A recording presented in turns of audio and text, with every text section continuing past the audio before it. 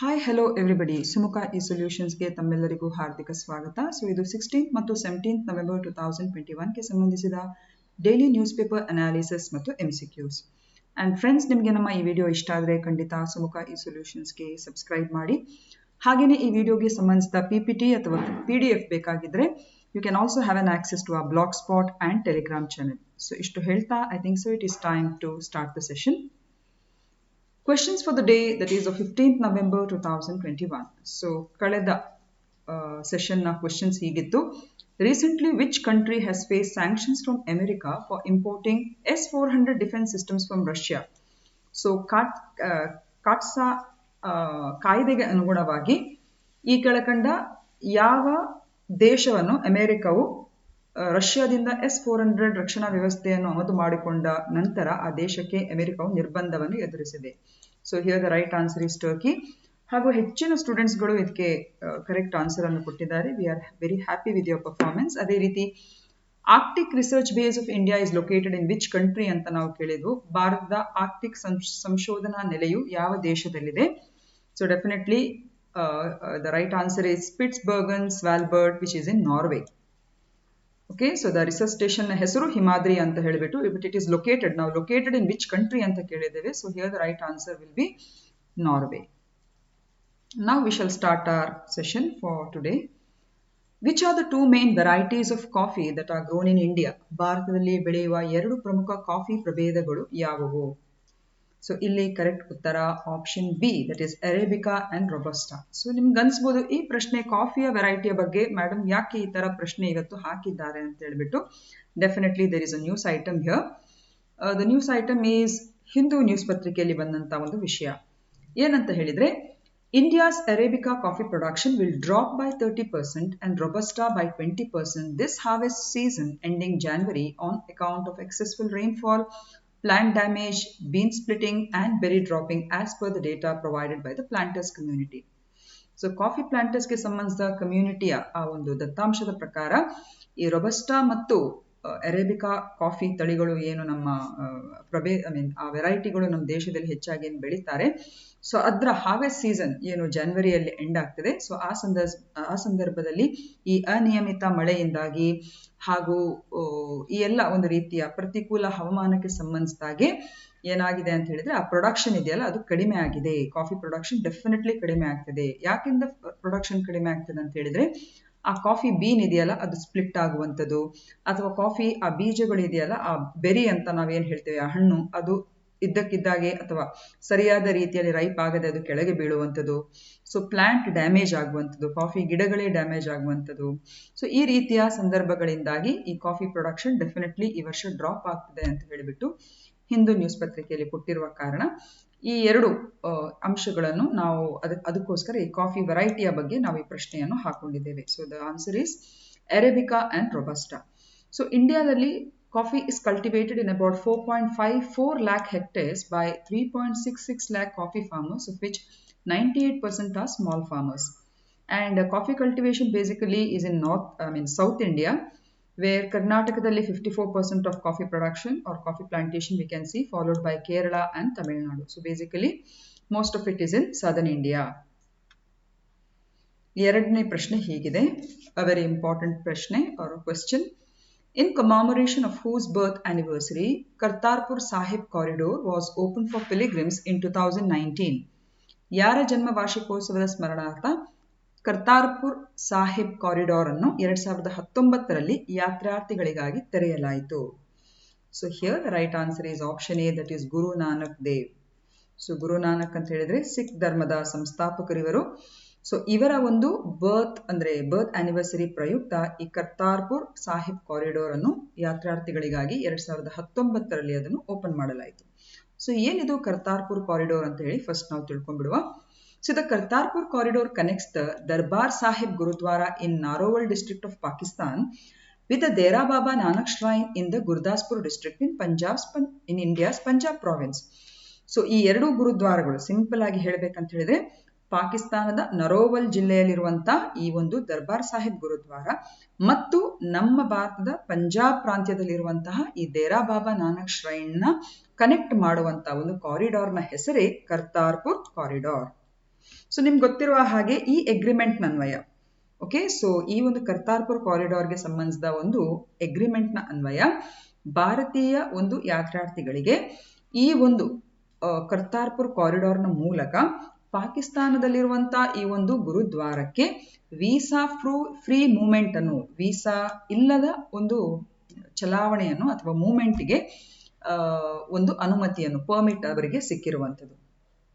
ಅದಲ್ಲದೆ ಈ ಕಾರಿಡಾರ್ ನಮ್ಮ ಪ್ರಶ್ನೆಯಲ್ಲಿ ಹಾಕಿರುವುದಿಷ್ಟೇ, the corridor was built to commemorate the 550th birth anniversary celebrations of Guru Nanak Dev. So ಈ ಎರಡೂ ಒಂದು ಗುರುದ್ವಾರಗಳನ್ನು, ಬೇರೆ ಬೇರೆ ದೇಶದಲ್ಲಿರುವಂತಹ ಗುರುದ್ವಾರಗಳನ್ನು ಕನೆಕ್ಟ್ ಮಾಡ್ಲಿಕ್ಕಿರುವಂತಹ ಈ ಕರ್ತಾರ್ಪುರ್ ಕಾರಿಡಾರ್ ಅನ್ನು 550ನೇ ಬರ್ತ್ ಆನಿವರ್ಸರಿ ಗುರು ನಾನಕ್ ಅವರ 550th ಬರ್ತ್ ಆನಿವರ್ಸರಿ ಪ್ರಯುಕ್ತ ಅದನ್ನು ಕಮಾಮರೇಟ್ ಮಾಡಿದ್ದಾರೆ ಅಥವಾ ಅದನ್ನು ನಿರ್ಮಿಸಿದ್ದಾರೆ. ಸೊ ಗುರು ನಾನಕ್ ದೇವ್ ಅಂತ ಹೇಳಿದ್ರೆ ನಿಮ್ಗೆಲ್ಲಾ ಗೊತ್ತಿರುವ ಹಾಗೆ ಸಿಖ್ ಧರ್ಮದ ಸಂಸ್ಥಾಪಕರಿವರು, ಹೌದಾ ಅಲ್ವಾ? ಸೊ ಅದಲ್ಲದೆ ಗುರು ನಾನಕ್ ಅವರ ಬಗ್ಗೆ ಸ್ವಲ್ಪ ಸಂಕ್ಷಿಪ್ತವಾಗಿ ತಿಳಿಬೇಕು ಅಂತ ಹೇಳಿದ್ರೆ, he advocated the nirguna form of bhakti. So nirguna form of bhakti ಅಂದ್ರೆ ಏನು? So it is a highest form of bhakti and basically it is a devotion that lacks any desire for personal gains. ಅದಲ್ಲದೆ nirguna form of bhakti is worshipping God without any form. So ನಿರ್ಗುಣ ರೂಪದ ಒಂದು ಭಕ್ತಿ ಅಂತ ಹೇಳಿದ್ರೆ ಪ್ರಮುಖವಾಗಿ ಯಾವುದೇ ರೀತಿಯ ನಮಗೆ ಆಸೆ ಆಕಾಂಕ್ಷೆ ಇಲ್ಲದೆ ದೇವರ ಕಡೆ ಸಮರ್ಪಿತವಾದಂತಹ ಒಂದು ಭಾವದಲ್ಲಿ ನಾವು ಮಾಡುವಂತಹ ಒಂದು ಭಕ್ತಿಯ ರೂಪವೇ ನಿರ್ಗುಣ ಭಕ್ತಿ. ಅದಲ್ಲದೆ ಈ ಭಕ್ತಿ ರೂಪದಲ್ಲಿ ಯಾವುದೇ ಮೂರ್ತ ರೂಪದ ದೇವರ ಒಂದು ಆರಾಧನೆ ಇಲ್ಲಿ ಅದಕ್ಕೆ ಅವಕಾಶ ಇಲ್ಲ. ಅಂದ್ರೆ ಮೂರ್ತಿ ಇರ್ಬೋದು, ಯಾವುದೋ ಫೋಟೋ ಇರ್ಬೋದು, ಯಾವುದಕ್ಕೂ ಇಂಥದಕ್ಕೆ ಅವಕಾಶ ಇಲ್ಲ. ಸೊ ನಿರ್ಗುಣ, ಸಗುಣ ಫಾರ್ಮ್ ಆಫ್ ಭಕ್ತಿ ಅಂತ ಹೇಳಿದ್ರೆ worshipping the God with a form, ಒಂದು ರೂಪ ಹಾಕಿ ಒಂದು ದೇವತೆ ಅಥವಾ ದೇವರ ಒಂದು ಆರಾಧನೆ ಮಾಡುವಂತಹ ವಿಧವೇ ಸಗುಣ ಫಾರ್ಮ್ ಆಫ್ ಭಕ್ತಿ. ಆದ್ರೆ ಸಿಕ್ಕಿಸಮ್ ಅಲ್ಲಿ ನಿರ್ಗುಣ ಫಾರ್ಮ್ ಆಫ್ ಭಕ್ತಿ ಅಂತ ಹೇಳಿದ್ರೆ ಯಾವುದೇ ಆಕಾರ ರೂಪ ಇಲ್ಲದೆ ಆ ಒಂದು ದೇವರನ್ನು ಆರಾಧಿಸುವಂತಹ ಒಂದು ವಿಧಾನ. So that is why Guru Nanak rejected sacrifices, ritual bath, image worship, austerities and the scriptures. So ಹಾಗಾಗಿ ಸಿಖ್ ಧರ್ಮದಲ್ಲಿ ಯಾವುದೇ ರೀತಿಯ ಸ್ಯಾಕ್ರಿಫೈಸ್ ಮಾಡೋದಾಗ್ಲಿ, ಬಲಿ ಕೊಡುವುದಾಗ್ಲಿ, ಅಥವಾ ಯಾವುದೇ ವಿಧಿವಿಧಾನಗಳಿರ್ಬೋದು, ಅಥವಾ ಯಾವುದೇ ಒಂದು ಮೂರ್ತಿ ಪೂಜೆಗಾಗ್ಲಿ, ಹಾಗೂ ಯಾವುದೇ ಸ್ಟ್ರಿಕ್ಟ್ ಆಗಿರುವಂತಹ ಕೆಲವೆಲ್ಲ ಒಂದು ಪೆನೆನ್ಸ್ ಅಥವಾ ವ್ರತ ಆಗಲಿ, ಸೊ ಇಂಥದಕ್ಕೆಲ್ಲ ಅಲ್ಲಿ ಅವಕಾಶ ಇಲ್ಲ. ಸೊ ನಿಮಗೆಲ್ಲ ಗೊತ್ತಿರುವ ಹಾಗೆ ಸಿಖ್ ಧರ್ಮದವರ ಪವಿತ್ರ ಸ್ಥಳ ಯಾವುದು ಅಂತ ಹೇಳಿದ್ರೆ ಸ್ವರ್ಣ ಮಂದಿರ, ಅಮೃತ್ಸರದಲ್ಲಿರುವಂತಹ ಸ್ವರ್ಣ ಮಂದಿರ, ಹಾಗೂ ಅವರ ದೇಗುಲಗಳನ್ನು ನಾವು ಗುರುದ್ವಾರಗಳು ಅಂತ ಹೇಳಿ ಕರಿತೇವೆ. ಸೊ ಈ ಕರ್ತಾರ್ಪುರ್ ಗುರುದ್ವಾರ ಅಂದ್ರೆ ಆ ಪಂಜಾಬ್ನಲ್ಲಿರುವಂತಹ ಗುರುದ್ವಾರ ಏನಿದೆ ನೋಡಿ, ಇದು ತುಂಬಾನೇ ಸಿಖ್ ಧರ್ಮದವರಿಗೆ ತುಂಬಾನೇ ಪ್ರಾಶಸ್ತ್ಯವಾದ ಧಾರ್ಮಿಕ ಸ್ಥಳ. ಯಾಕಂತ ಹೇಳಿದ್ರೆ ಗುರು ನಾನಕ್ ಅವರು ಕಳೆದ ತಮ್ಮ ಜೀವಿತಾವಧಿಯ 18 ವರ್ಷಗಳನ್ನು ಆ ಒಂದು ಗುರುದ್ವಾರದಲ್ಲಿ ಅವರು ಕಳೆದಿದ್ದಾರೆ. So it is of very prime importance to the Sikh community. So ಇದನ್ನು ನಾವು ಯಾಕೆ ನ್ಯೂಸ್ ಅಲ್ಲಿ ಹಾಕಿದ್ದೇವೆ ಅಂತ ಹೇಳಿದ್ರೆ, ಪ್ಲೀಸ್ ರಿಮೆಂಬರ್ 16th November 2021ಗೆ ಸಂಬಂಧಿಸಿದ ನಮ್ಮ ಡೆಕಾನ್ ಹೆರಾಲ್ಡ್ ನ್ಯೂಸ್ ಅಲ್ಲಿ Home Minister Amit Shah has announced the reopening of the Kartarpur Sahib corridor from 17th November to allow the Sikh pilgrims to visit the Gurudwara Darbar Sahib in Pakistan, the final resting place of Guru Nanak Dev, the founder of Sikhism. The visa-free corridor was shut down in March 2020 following the COVID-19 outbreak. The reopening of the 4-kilometer long corridor coincides with the 552nd birth anniversary of Guru Dev, which falls on November 19th. So ಇಲ್ಲಿ ಬಹಳಷ್ಟು coincidences ಗಳಿವೆ. ಒಂದೇನಪ್ಪಾ ಅಂತ ಹೇಳಿದ್ರೆ, home minister ಗೃಹ ಮಂತ್ರಿ ಅಮಿತ್ ಶಾ ಅವರು ಇತ್ತೀಚೆಗೆ ಈ ಕರ್ತಾರ್ಪುರ್ ಸಾಹಿಬ್ ಕಾರಿಡಾರ್ನ ಈ ಒಂದು ಪ್ಯಾಸೇಜ್ ಅನ್ನು ರಿಓಪನ್ ಮಾಡಲಿಕ್ಕೆ ಅನೌನ್ಸ್ಮೆಂಟ್ ಅನ್ನು ಕೊಟ್ಟಿದ್ದಾರೆ. ಅದು 17ನೇ ನವೆಂಬರ್ ಇಂದ. ಸೊ ಇದರಿಂದಾಗಿ ನಮ್ಮ ದೇಶದಲ್ಲಿರುವಂತಹ ಎಷ್ಟೋ ಸಿಖ್ ಧರ್ಮದ ಯಾತ್ರಾರ್ಥಿಗಳಿಗೆ ಪಾಕಿಸ್ತಾನದಲ್ಲಿರುವಂತಹ ಈ ಗುರುದ್ವಾರ ದರ್ಬಾರ್ ಸಾಹಿಬ್ ಅಂತ ಹೇಳುವಂತ ಆ ಒಂದು ಗುರುದ್ವಾರಕ್ಕೆ ಹೋಗ್ಲಿಕ್ಕೆ ಇದು ಅನುವು ಮಾಡಿ ಕೊಡ್ತದೆ. ಆಗ್ಲೇ ನಾನು ಹೇಳಿದಾಗೆ ಈ ಗುರುದ್ವಾರ ಯಾಕೆ ಅಷ್ಟೊಂದು ಪ್ರಾಶಸ್ತ್ಯ ಪಡ್ಕೊಂಡ್ಬಿಟ್ಟಿದೆ ಅಂತ ಹೇಳಿದ್ರೆ, ಸಿಖ್ ಧರ್ಮದ ಸಂಸ್ಥಾಪಕರಾದ ಗುರು ನಾನಕ್ ದೇವ್ ಅವರು ಇದೇ ಗುರುದ್ವಾರದಲ್ಲಿ ತಮ್ಮ ಅಂತಿಮ ದಿನಗಳನ್ನು ಅವರಲ್ಲಿ ಕಳೆದಿದ್ದಾರೆ. ಅದಲ್ಲದೆ ಈ ಕಾರಿಡಾರ್ ಇದೆಯಲ್ಲ, ಕರ್ತಾರ್ಪುರ್ ಸಾಹಿಬ್ ಕಾರಿಡಾರ್ ಅಂತ ಹೇಳಿದ್ರೆ ಅದು ವೀಸಾ ಫ್ರೀ ಕಾರಿಡಾರ್.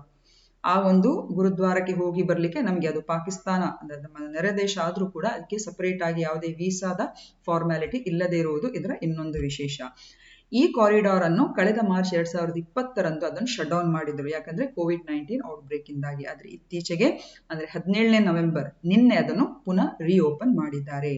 ಸೊ ಈ ರೀಓಪನಿಂಗ್ ಅಲ್ಲೂ ಇನ್ನೊಂದು ವಿಶೇಷತೆ ಏನು ಅಂತ ಹೇಳಿದ್ರೆ, ಈ ರೀಓಪನಿಂಗ್ 4 ಕಿಲೋಮೀಟರ್ ಲೆಂತ್ ಅಲ್ಲಿರುವಂತ ಅಥವಾ 4 ಕಿಲೋಮೀಟರ್ ವ್ಯಾಪ್ತಿಯಲ್ಲಿರುವಂತಹ ಈ ಒಂದು ಕಾರಿಡಾರ್ ಇದೆಯಲ್ಲ, ಕರ್ತಾರ್ಪುರ್ ಕಾರಿಡಾರ್, ಇದರ ಓಪನಿಂಗ್ 19th of November ಗೆ ಸಂಬಂಧಿಸಿದಾಗಿ ಗುರು ನಾನಕ್ ದೇವ್ ಅವರ 552nd ಬರ್ತ್ ಆನಿವರ್ಸರಿಗೆ ಅದೇ ದಿವಸ ಬರುವ ಕಾರಣ ಅಲ್ಲಿ ಅದು ಇನ್ನೊಂದು ವಿಶೇಷ.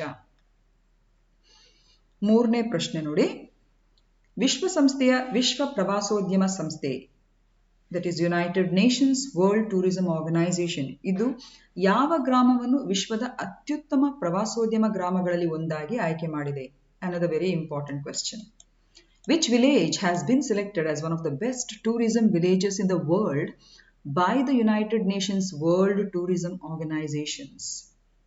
Okay, so here the right answer is option D, that is Pochampally. So Pochampally ಅಂದ್ರೆ ಎಲ್ಲಿದೆ ಇದು, ಹಾಗೂ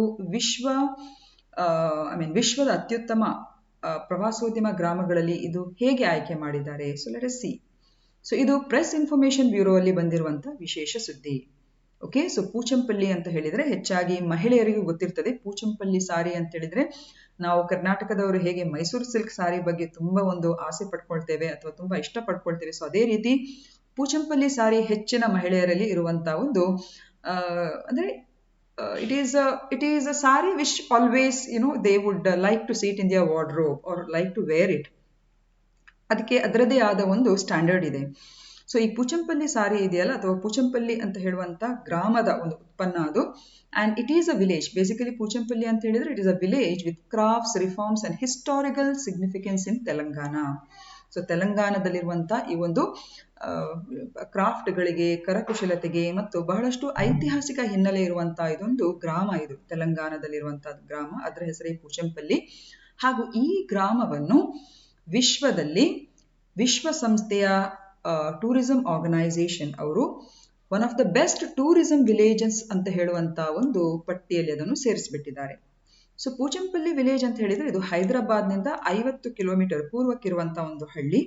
ಹಾಗೆ ಇದು ಐತಿಹಾಸಿಕ ಹಿನ್ನೆಲೆ ಇರುವಂತಹ ಹಳ್ಳಿ ಯಾಕಂತ ಹೇಳಿದ್ರೆ ನಿಮ್ಗೆ ಭೂದಾನ್ ಅಂತ ಹೇಳಿ ಆಚಾರ್ಯ ವಿನೋಬಾ ಭಾವೆ ಅವರು ಲಾಂಚ್ ಮಾಡಿರುವಂತಹ ಭೂದಾನ್ ಚಳುವಳಿ ಅಂತ ಕೇಳಿರ್ಬೋದು.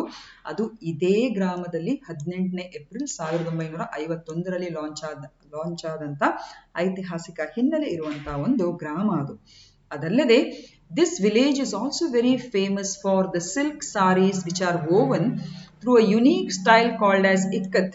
ಸೊ ಇಕ್ಕತ್ ಅಂತ ಹೇಳುವಂತ ಆ ಒಂದು ಮಾದರಿಯಲ್ಲಿ ವಿಶೇಷವಾಗಿ ವೀವ್ ಮಾಡಿರುವಂತ ಸಿಲ್ಕ್ ಸಾರಿಗಳು, ಪೂಚಂಪಲ್ಲಿ ಸಾರಿಗಳು ಅಂತ ಹೇಳಿ, they are quite costly also.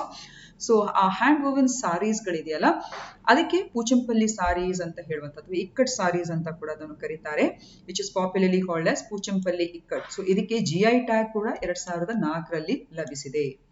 So Pochampally ಈಗ ಹಲವಾರು ವಿಷಯಗಳಲ್ಲಿ ನಮ್ಗೆ ಈಗ ಅದು ಪ್ರಾಶಸ್ತ್ಯವನ್ನು ಪಡ್ಕೊಂಡ್ಬಿಟ್ಟಿದೆ. ಒಂದೇನಪ್ಪಾ ಅಂತ ಹೇಳಿದ್ರೆ ನಮ್ಮ ದೇಶದಲ್ಲಿ ವಿನೋಬಾ ಭಾವೆ ಅವರಿಂದ ಲಾಂಚ್ ಆಗಿರುವಂತಹ ಭೂದಾನ್ ಚಳುವಳಿ ಇದೇ ಗ್ರಾಮದಲ್ಲಿ 1951ರಲ್ಲಿ ಲಾಂಚ್ ಆಗಿರುವಂಥದ್ದು. ಎರಡನೇದಾಗಿ ಈ ಗ್ರಾಮವು ವಿಶೇಷವಾಗಿರುವಂತಹ GI ಟ್ಯಾಗ್ ಪಡ್ಕೊಂಡಿರುವಂತಹ ಪೂಚಂಪಲ್ಲಿ ಇಕ್ಕಟ್ ಸಾರಿಗಳಿಗೆ ಬಹಳಷ್ಟು ಪ್ರಸಿದ್ಧತೆಯನ್ನು ಪಡ್ಕೊಂಡ್ಬಿಟ್ಟಿವೆ. ಹಾಗೆ ಇನ್ನೊಂದೇನಪ್ಪಾ ಅಂತ ಹೇಳಿದ್ರೆ ಈ ಗ್ರಾಮವು United Nations World Tourism Organization ಅವರಿಂದ ಬೆಸ್ಟ್ ಟೂರಿಸಂ ವಿಲೇಜ್ ಅಂತ ಹೇಳುವಂತಹ ಒಂದು ಪಟ್ಟಿಯಲ್ಲೂ ಕೂಡ ಅದು ಆಯ್ಕೆಗೊಂಡಿದೆ. So this is about Pochampally.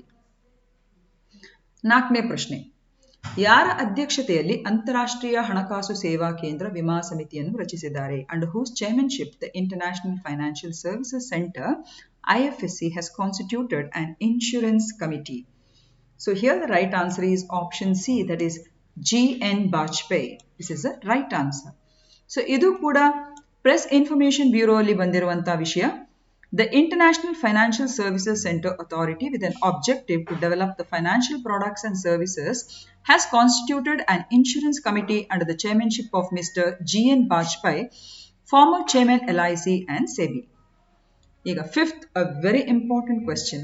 Puneeth Rajkumar ಸೇರಿದಂತೆ ಎಷ್ಟು ಮಂದಿಗೆ ಕರ್ನಾಟಕ ಪ್ರಶಸ್ತಿ ಈವರೆಗೆ ನೀಡಲಾಗಿದೆ? Including Puneeth Kumar, how many have been awarded the Karnataka Ratna till date? And here the right answer is option C, that is 10 ಮಂದಿಗೆ ಈ ಪ್ರಶಸ್ತಿಯನ್ನು ಕೊಟ್ಟಿದ್ದಾರೆ. ಸೊ ನಿಮ್ಗೆಲ್ಲ ಗೊತ್ತಿರುವ ಹಾಗೆ ಹಾಗೂ ಎಲ್ಲರಿಗೂ ಇದರಿಂದ ತುಂಬಾನೇ ಖುಷಿಯಾಗಿದೆ. ಏನಂತ ಹೇಳಿದ್ರೆ ನಮ್ಮ ಪುನೀತ್ ರಾಜ್ಕುಮಾರ್ ಅವರಿಗೆ ಮರಣೋತ್ತರವಾಗಿ ಈ ಒಂದು ವಿಶೇಷವಾಗಿರುವಂತಹ ಒಂದು ಪ್ರಶಸ್ತಿ, ಕರ್ನಾಟಕ ರತ್ನ ಪ್ರಶಸ್ತಿ ಅಂತ ಹೇಳುವಂತಹ ಪ್ರಶಸ್ತಿಯನ್ನು ಕೊಡುವಂತದಕ್ಕೆ ಚೀಫ್ ಮಿನಿಸ್ಟರ್ ಬಸವರಾಜ ಬೊಮ್ಮಾಯಿ ಅವರು ಅನೌನ್ಸ್ಮೆಂಟ್ ಅನ್ನು 16ನೇ ನವೆಂಬರ್ ಅನ್ನು ಮಾಡಿರ್ತಾರೆ. ಸೊ ನಿಮ್ಗೆಲ್ಲ ಗೊತ್ತಿರುವ ಹಾಗೆ ಕರ್ನಾಟಕ ರತ್ನ ಎಂಬುದು ಕರ್ನಾಟಕ ರಾಜ್ಯದ ಒಂದು ಅತ್ಯುತ್ತಮ ನಾಗರಿಕ ಪ್ರಶಸ್ತಿಯಾಗಿದೆ. ಇದು ಒಬ್ಬ ವ್ಯಕ್ತಿ ಯಾವುದೇ ಒಂದು ಕ್ಷೇತ್ರದಲ್ಲಿ ಮಾಡಿದಂತ ಅತ್ಯುನ್ನತವಾದಂತಹ ಒಂದು ಕಾಂಟ್ರಿಬ್ಯೂಷನ್ಸ್ಗೆ ಈ ಪ್ರಶಸ್ತಿಯನ್ನು ನೀಡ್ತಾರೆ. ಅದಲ್ಲದೆ ಇದು 1992ರಲ್ಲಿ ಕರ್ನಾಟಕ ಸರ್ಕಾರದಿಂದ ಇದು ಇನ್ಸ್ಟಿಟ್ಯೂಟ್ ಆಗಿರ್ತದೆ. ಈವರೆಗೆ 10 persons have received this award including late Punit Kumar. So ನೋಡಿ, ಈ 10 ಮಂದಿಯ ಹೆಸರುಗಳಲ್ಲಿದೆ. This could be very important from the examination point of view. 1992 ಅಲ್ಲಿ ಪ್ರಥಮವಾಗಿ ಕುವೆಂಪು ಅವರಿಗೆ ಮತ್ತು ಡಾಕ್ಟರ್ ರಾಜ್ಕುಮಾರ್ ಅವರಿಗೆ ಈ ಪ್ರಶಸ್ತಿ ಲಭಿಸಿರುವಂಥದ್ದು. ಸೊ ಇಬ್ಬರಿಗೆ, ಒಂದು ಸಾಹಿತ್ಯ ಕ್ಷೇತ್ರದಲ್ಲಿ ಮತ್ತು ಸಿನಿಮಾ ಕ್ಷೇತ್ರದಲ್ಲಿ 2 ದಿಗ್ಗಜರಿಗೆ, ಕುವೆಂಪು ಮತ್ತು ಡಾಕ್ಟರ್ ರಾಜ್ಕುಮಾರ್ ಅವರಿಗೆ ಇರುವಂಥದ್ದು. ಹಾಗೇನೆ 1999 ಅಲ್ಲಿ ಎಸ್ ನಿಜಲಿಂಗಪ್ಪ ಅವರು, ಹಾಗೇನೆ 2000 ಅಲ್ಲಿ CNR ರಾವ್ ಅವರು, ಖ್ಯಾತ ವಿಜ್ಞಾನಿಯವರು. ಹಾಗೇನೆ 2001 ಅಲ್ಲಿ ಡಾಕ್ಟರ್ ದೇವಿ ಶೆಟ್ಟಿ, 2005 ಅಲ್ಲಿ ಭೀಮ್ಸೇನ್ ಜೋಶಿ, ಹಾಗೇನೆ 2007 ಅಲ್ಲಿ ಶಿವಕುಮಾರ್ ಸ್ವಾಮಿ, 2008 ಅಲ್ಲಿ Javaregowda, and 2009 you have Veerendra Hegde, and in 2021 we have late Puneeth Kumar. 6ನೇ ಪ್ರಶ್ನೆ, ಕೆಳಗಿನ ಯಾವ ಸಂಘವು ಭಾರತದಲ್ಲಿನ ರಿಯಲ್ ಎಸ್ಟೇಟ್ ಬಿಲ್ಡರ್ಗಳು ಮತ್ತು ಡೆವಲಪರ್ಗಳಿಗೆ ಸಂಬಂಧಿಸಿದೆ? Which among the following association is related to real estate builders and developers in India? And here the right answer is CREDAI. Option B is the right answer. So what is the full form of CREDAI? Conference of Real Estate Developers Association of India. CREDAI ಅಂದ್ರೆ ಆ ಒಂದು acronym ಅನ್ನು ಹೊಂದಿದೆ, and it is the apex body of all registered real estate builders and developers in India. So ನಮ್ಮ ದೇಶದಲ್ಲಿರುವಂತಹ ಪ್ರತಿಯೊಬ್ಬ real estate builders ಮತ್ತು developers, ಪ್ರತಿಯೊಂದು ನಮ್ಮ ರಿಯಲ್ ಎಸ್ಟೇಟ್ ಬಿಲ್ಡರ್ಸ್ ಮತ್ತು ಡೆವಲಪರ್ಸ್ ಯಾರೆಲ್ಲ ನೋಂದಣಿ ಮಾಡ್ಕೊಂಡಿದ್ದಾರೆ, ಸೊ ಅವರೆಲ್ಲರಿಗೂ ಕೂಡ ಇದೊಂದು ಎಪೆಕ್ಸ್ ಬಾಡಿ ಆಗಿದೆ. ಹಾಗೂ ಇದು 1999ರಲ್ಲಿ ಇದನ್ನು ಸೆಟಪ್ ಮಾಡಿದ್ದಾರೆ. ಸೊ ಇದನ್ನು ಯಾಕೆ ನಾವಿಲ್ಲಿ ಹಾಕಿದ್ದೇವೆ ಅಂತ ಹೇಳಿದ್ರೆ, Realtors Apex Body CREDAI on Tuesday expressed concern over an increase in the rates of cement and steel during the past 1 year, and said the housing prices could rise at 10 to 15% if the prices of the construction raw materials do not fall. And also, CREDAI seeks cut in the GST on the building raw materials. So, ಇದು CREDAI ಅಂತ ಹೇಳಿದ್ರೆ ಆಗಲೇ ಹೇಳಿದಾಗೆ real estate builders ಮತ್ತು ಡೆವಲಪರ್ಸ್ಗೆ ಸಂಬಂಧಿಸಿದಾಗೆ ಒಂದು apex body ನಮ್ಮ ದೇಶದಲ್ಲಿ, ಹಾಗೂ ಇದರ ಕೇಂದ್ರ ಕಚೇರಿ ಇರುವಂಥದ್ದು ನವದೆಹಲಿಯಲ್ಲಿ. Okay, the headquarters is in New Delhi. So ಇವರು ಹೇಳ್ತಾ ಇದ್ದಾರೆ, ಸಿಮೆಂಟ್ ಮತ್ತು steel which is a main production material ಅಥವಾ main raw material for house construction or any construction, so ಅದರ ರೇಟ್ ಸಿಕ್ಕಾಪಟ್ಟೆ ಜಾಸ್ತಿ ಆಗಿದೆ. ಸೊ ಇದರಿಂದಾಗಿ ಮನೆ ಕಟ್ಟುವಂತಹ ಪ್ರಕ್ರಿಯೆ ಅಥವಾ ಅದರ ಪ್ರೈಸ್ ಕೂಡ ಸರಿಸುಮಾರು 10ರಿಂದ 15% ಜಾಸ್ತಿ ಆಗುವಂತ ಚಾನ್ಸಸ್ ಇದೆ ಇನ್ ಕೇಸ್ ಈ ರಾ ಮೆಟೀರಿಯಲ್ಸ್ಗಳ ರೇಟ್ ಕಡಿಮೆ ಆಗದಿದ್ರೆ. So this is one issue which was which had come in the Hindu newspaper. 7ನೇ ಪ್ರಶ್ನೆ, ಎಲ್ಲ ಭಾರತೀಯ ಭಾಷೆಗಳ ಉನ್ನತಿಗಾಗಿ ಕೇಂದ್ರ ಸರ್ಕಾರ ರಚಿಸಿರುವ ಉನ್ನತಾಧಿಕಾರ ಸಮಿತಿಗೆ ಯಾರನ್ನು ಅಧ್ಯಕ್ಷರನ್ನಾಗಿ ಮಾಡಲಾಗಿದೆ? Who has been appointed as the chairman of the Empowered Committee constituted by the central government for the promotion of all Indian languages? And here the right answer is option B, that is Krishna Shastri. So what is it about? See, this had come in Prajavani. ಎಲ್ಲ ಭಾರತೀಯ ಭಾಷೆಗಳ ಉನ್ನತಿಗಾಗಿ ಕೇಂದ್ರ ಸರ್ಕಾರ ಸೋಮವಾರ ರಚಿಸಿರುವ ಉನ್ನತಾಧಿಕಾರಿ ಸಮಿತಿಗೆ ಸಂಸ್ಕೃತ ವಿದ್ವಾಂಸ ಕೃಷ್ಣ ಶಾಸ್ತ್ರಿ ಅವರನ್ನು ಅಧ್ಯಕ್ಷರನ್ನಾಗಿ ಮಾಡಲಾಗಿದೆ. ಸೊ ನಿಮ್ಗೆಲ್ಲ ಗೊತ್ತಿರುವ ಹಾಗೆ ಸಂವಿಧಾನದ 8ನೇ ಪರಿಚ್ಛೇದದಲ್ಲಿ 22 ಭಾಷೆಗಳಲ್ಲದೆ ಅಪಾಯದ ಅಂಚಿನಲ್ಲಿರುವಂತಹ ಭಾಷೆಗಳು ಹಾಗೂ ಪರಿಚ್ಛೇದದಲ್ಲಿ ಇಲ್ಲದ ಭಾಷೆಗಳು, ಅಲ್ಪಸಂಖ್ಯಾತ ಬುಡಕಟ್ಟು ಮತ್ತು ಶಾಸ್ತ್ರೀಯ ಭಾಷೆಗಳ ಕುರಿತಾಗಿ ಅಧ್ಯಯನ ನಡೆಸಿ ಅವುಗಳ ಉನ್ನತಿಗಾಗಿ ಕೆಲಸ ಮಾಡಲು ಉನ್ನತಾಧಿಕಾರಿ ಸಮಿತಿಯನ್ನು ಕೇಂದ್ರ ಸರ್ಕಾರವು ಹಾಗಾಗಿ ರಚಿಸಿದೆ. ಸೊ ಟೋಟಲ್ ಆಗಿದ್ರ ಉದ್ದೇಶ ಇಷ್ಟೇ, ಭಾಷೆಗಳ ಒಂದು ಸಂರಕ್ಷಣೆಗೆ ಹಾಗೂ ಉನ್ನತಿಗೋಸ್ಕರ ಈ ಒಂದು ಸಮಿತಿಯನ್ನು ರಚಿಸಿದ್ದಾರೆ. ಹಾಗೂ ಇದರ ಅಧ್ಯಕ್ಷರನ್ನಾಗಿ ಚ.ಮು. ಕೃಷ್ಣ ಶಾಸ್ತ್ರಿ ಅವರನ್ನು ನೇಮಕ ಮಾಡಲಾಗಿದೆ. 8ನೇ ಪ್ರಶ್ನೆ, ಉತ್ತರ ಪ್ರದೇಶದ ಪೂರ್ವಾಂಚಲ್ ಎಕ್ಸ್ಪ್ರೆಸ್ ವೇ ಇದೆಯಲ್ಲ, ಇದು ಎಷ್ಟು ಕಿಲೋಮೀಟರ್ ಉದ್ದ ಇದೆ? So here the right answer is option C, that is 341 kilometres. So Purvanchal expressway, so it is 17th ನವೆಂಬರ್ಗೆ ಸಂಬಂಧಿಸಿದ ನ್ಯೂಸ್. ಇದು 340.8 ಕಿಲೋಮೀಟರ್ ಲಾಂಗ್ ಅಂದ್ರೆ 341 ಕಿಲೋಮೀಟರ್ಸ್ ಉದ್ದ ಇರುವಂತಹ ಒಂದು ಎಕ್ಸ್ಪ್ರೆಸ್ ವೇ. ಇದು 6 ಲೇನ್ ವೈಡ್ ಇದೆ, ಅಂದ್ರೆ ಅದು 8 ಲೇನ್ಗೂ ಕೂಡ ಎಕ್ಸ್ಪಾಂಡ್ ಮಾಡಬಹುದು. ಹಾಗೇನೆ ಇದು ಉತ್ತರ ಪ್ರದೇಶ ರಾಜ್ಯದಲ್ಲಿರುವಂತಹ ಒಂದು ಎಕ್ಸ್ಪ್ರೆಸ್ ವೇ. ಸೊ ಈ ಎಕ್ಸ್ಪ್ರೆಸ್ ವೇ ಇದೆಯಲ್ಲ, ಚಾಂದ್ಸರಾಯ್, ಗೋಸಾಯಿಗಂಜ್ನ ಚಾಂದ್ಸರಾಯ್ ಮತ್ತು ಹೈದಾರಿಯಾ ಗ್ರಾಮ ಗಾಜಿಯಾಪುರ್ ಜಿಲ್ಲೆಯಲ್ಲಿರುವಂಥದ್ದು. ಸೊ ಈ ಎರಡು ಗ್ರಾಮಗಳನ್ನು ಅಥವಾ ಈ ಎರಡು ಜಿಲ್ಲೆಗಳನ್ನು ಕನೆಕ್ಟ್ ಮಾಡುವಂತಹ ಒಂದು expressway, and it is develop by Uttar Pradesh expressways industrial development authority. So ಇದರ ಕನ್ಸ್ಟ್ರಕ್ಷನ್ 2018ರಲ್ಲಿ ಅದು ಶುರುವಾಗಿತ್ತು, ಹಾಗೂ ಈ ನವೆಂಬರ್ ಅಂದ್ರೆ 16th ನವೆಂಬರ್ಗೆ ಅದರ ಇನಾಗ್ರೇಷನ್ ಕೂಡ ಮಾಡಿದ್ದಾರೆ. 9ನೇ ಪ್ರಶ್ನೆ, ಪರಿಣಿತರು ಭಾರತೀಯರಲ್ಲಿ ಮಾರಣಾಂತಿಕ ಹೃದ್ರೋಗಕ್ಕೆ ಪ್ರಮುಖ ಅಪಾಯಕಾರಿ ಅಂಶವಾಗಿ ಯಾವುದನ್ನು ಗುರುತಿಸಿದ್ದಾರೆ? What has been recognized as the foremost risk factor for malignant heart disease among the Indians by the experts? And here the right answer is option C, that is lipoprotein A. So ಇದು ಡೆಕಾನ್ ಹೆರಾಲ್ಡ್ ಅಲ್ಲಿ ಬಂದಿರುವಂತ news, my dear friends. So lipoprotein basically ಇದೊಂದು ನಾವು ಅನುವಂಶೀಯವಾಗಿ ಪಡ್ಕೊಂಡಿರುವಂತ ಅಂದ್ರೆ inherit ಆಗಿ ಬಂದಿರುವಂತ ಒಂದು genetic variant of low density lipoprotein or LDL, ಅದಕ್ಕೆ ಬ್ಯಾಡ್ ಕೊಲೆಸ್ಟ್ರಾಲ್ ಅಂತ ಹೇಳ್ತಾರೆ. ಸೊ ಇದರ ಪ್ರಕಾರ ಇದು ಅನುವಂಶೀಯವಾಗಿ ನಾವು ಹೆಚ್ಚಾಗಿ ಇಂಡಿಯನ್ಸ್ ಮತ್ತು ಏಷ್ಯನ್ಸ್ ಪಡ್ಕೊಂಡಿದ್ದೇವೆ ಅಂತ ಹೇಳಿ ಸಂಶೋಧನೆಗಳು ದೃಢಪಡ್ತವೆ. ಸೊ ಅದರ ಪ್ರಕಾರ ಹೆಚ್ಚಾಗಿ ಸ್ಪೆಷಲಿ 50ಕ್ಕಿಂತ ಕೆಳಗೆ ವಯಸ್ಸಿನ ಪ್ರಿಮೆಚೂರ್ ಡೆತ್ಗಳಲ್ಲಿ, ಸ್ಪೆಷಲಿ ಇಂಡಿಯನ್ಸ್ಗಳಲ್ಲಿ ಈ ಲಿಪೋಪ್ರೋಟೀನ್ ಎ ಪ್ರಮುಖವಾಗಿ ಕಾರಣ ಅಂತ ಹೇಳ್ತಾ ಇದ್ದಾರೆ. ಅದಲ್ಲದೆ ಇದು ಇನ್ಹೆರಿಟೆಡ್ ಆಗಿ ಅಂದ್ರೆ ನಮ್ಮ ಜೆನೆಟಿಕ್ ಅನುವಂಶೀಯವಾಗಿ ನಾವಿದು ಇನ್ಹೆರಿಟ್ ಆಗಿರುವಂತಹ ಒಂದು ಬ್ಯಾಡ್ ಜೀನ್ ಅಥವಾ genetic variant low density lipoprotein ಅಂತ ಹೇಳುವಂಥದ್ದು. ಸೊ ಇದು ಇಂತಹ ಒಂದು ಪ್ರಿಮೆಚೂರ್ ಡೆತ್ಗಳನ್ನು ಟ್ರಿಗರ್ ಮಾಡುವಂಥದ್ದು ಅಂತ ಹೇಳ್ತಾರೆ. ಸೊ ಇಲ್ಲಿ ನಾವು ನೋಡಬಹುದು, about 25 to 44% of Indians are at the risk of malignant heart disease from this genetic condition. So ಈ ಒಂದು ಲಿಪೋಪ್ರೋಟೀನ್ ಅನ್ನು ನಾವು ಏನು ಇನ್ಹೆರಿಟ್ ಮಾಡ್ಕೊಳ್ತೇವೆ, ಇದರಿಂದಾಗಿ ಸರಿಸುಮಾರು 25ರಿಂದ 44% ನಮ್ಮ ಭಾರತೀಯರು ಈ ಒಂದು ಮ್ಯಾಲಿಗ್ನೆಂಟ್ ಆಗಿರುವಂತಹ ಹಾರ್ಟ್ ಡಿಸೀಸ್ಗೆ ರಿಸ್ಕ್ ಆಗಿದ್ದಾರೆ ಅಂತ ಹೇಳ್ತಾ ಇದ್ದಾರೆ. ಆದ್ರೆ ಇದು ಇತರ ಜನಾಂಗೀಯ ಗ್ರೂಪ್ ಇದಾರಲ್ಲ, ಫಾರ್ ಎಕ್ಸಾಂಪಲ್ ಕಾಸ್ಕ್ಯೂನ್ಸ್ ಅಂತ ಹೇಳಿದ್ರೆ ನಮ್ಮ ಈ ಬಿಳಿಯರಿದ್ದಾರಲ್ಲ, ಅವರಲ್ಲಿ ಖಾಲಿ 20% ಚಾನ್ಸ್ ಇರೋದು ಆ ಒಂದು ರಿಸ್ಕ್ ಫ್ಯಾಕ್ಟರ್. ಹಾಗೇನೆ ಚೈನೀಸ್ನವರಿಗೂ 10%, ಆದ್ರೆ ಭಾರತೀಯರಲ್ಲಿ ನೋಡಿದ್ರೆ 25 to 44% ರಿಸ್ಕ್ ಫ್ಯಾಕ್ಟರ್ ನಮಗೆ ಜೆನೆಟಿಕ್ ಆಗಿ ಬಂದಿರುವ ಕಾರಣ ಅಂಡರ್ 50 ಈ ರೀತಿಯ premature deaths due to heart attacks and due to heart failures, it is because of this ಅಂತ ಹೇಳಿ ಪತ್ರಿಕೆಗಳಲ್ಲಿ ಅದನ್ನು ಕೊಟ್ಟಿದ್ದಾರೆ. ಸೊ ಲಿಪೋಪ್ರೋಟೀನ್ಸ್ ಅಂತ ಹೇಳಿದ್ರೆ they are made up of protein and fat, okay, and there are 2 different types of cholesterol, and these mainly carry cholesterol through your blood stream. ಯಾವುದು lipoproteins. And ಕೊಲೆಸ್ಟ್ರಾಲ್ಗಳಲ್ಲಿ 2 ವಿಧಗಳನ್ನು ನಾವು ಕಾಣಬಹುದು, HDL ಅದು ಒಳ್ಳೆ ಕೊಲೆಸ್ಟ್ರಾಲ್, ಹಾಗೂ LDL that is bad cholesterol. So ಇದು ನಾವು inherit ಮಾಡುವಂತಹ ಲಿಪೋಪ್ರೋಟೀನ್ ಇದೆಯಲ್ಲ, is basically LDL or is a bad cholesterol. 10ನೇ ಪ್ರಶ್ನೆ, ಕಾವೇರಿ ವೈಗೈ ಗುಂಡಾರ್ ಲಿಂಕ್ ಯೋಜನೆಯು ಹೆಚ್ಚುವರಿ ನೀರನ್ನು ತಮಿಳುನಾಡಿನ ಯಾವ ಜಿಲ್ಲೆಗಳಿಗೆ ವರ್ಗಾಯಿಸಲು ಯೋಜಿಸಿದೆ? The Kaveri Vaigai Gundar Link project plans to transfer surplus water to which districts of Tamil Nadu? And here the right answer is option B, that is Dakshina Jillegalu or the southern districts. So Tamil Nadu has proposed to link Kaveri river by building a canal to Vaigai and the Gundar rivers, and the massive project seeks to divert the surplus flows from the Kaveri to the water scarce southern districts of the state. So Tamil Nadu Kaveri ನದಿಯ ಮೇಲೆ ಈ ಒಂದು ವೈಗಾಯ್ ಮತ್ತು ಗುಂಡಾರ್ ನದಿಗೆ interlink ಮಾಡುವಂತಹ ಒಂದು canal ಅನ್ನು ಅದು ಕನ್ಸ್ಟ್ರಕ್ಟ್ ಮಾಡಲಿಕ್ಕಿದೆ. ಸೊ ಈ ಪ್ರಾಜೆಕ್ಟ್ ಇಂದಾಗಿ ಆ ರಾಜ್ಯದ ದಕ್ಷಿಣ ಜಿಲ್ಲೆಗಳಿಗೆ ಇದರಿಂದ ಹೆಚ್ಚುವರಿಯಾಗಿ ನೀರು ಪೂರೈಕೆ ಆಗ್ಲಿಕ್ಕಿದೆ. ಸೊ ನಾವು ನೋಡಬಹುದು ಈ ಪಿಂಕ್ ಏರಿಯಾದಲ್ಲಿ ಇರುವಂತಹ ಇದೆಯಲ್ಲ, ಅವೆಲ್ಲ ಈ ಕ್ಯಾನಲ್ ಇಂದ ಬೆನಿಫಿಟ್ ಆಗುವಂತಹ ಒಂದು ಜಿಲ್ಲೆಗಳು.